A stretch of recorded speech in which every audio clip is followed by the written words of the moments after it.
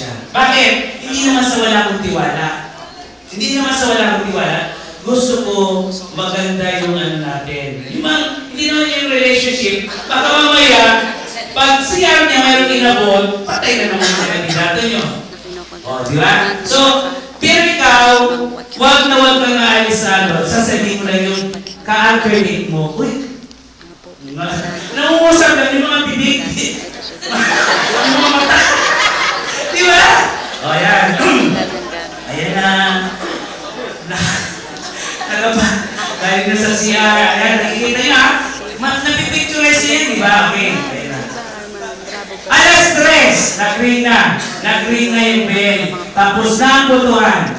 Ano ang ginagawa? Bakit lumabas yung poll work? Bakit lumabas yung poll work? Alas 3, nag-green na yung bell. Ha?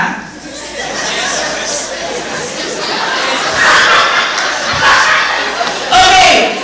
Alam niyo po, isa po sa mga rule ng poll work, lalabas po siya at titingnan niya po kung marami pang boboto. So, ang gagawin niya, kapag nag-bell na, ang watcher ay ang poll clerk, ililista po isa-isa.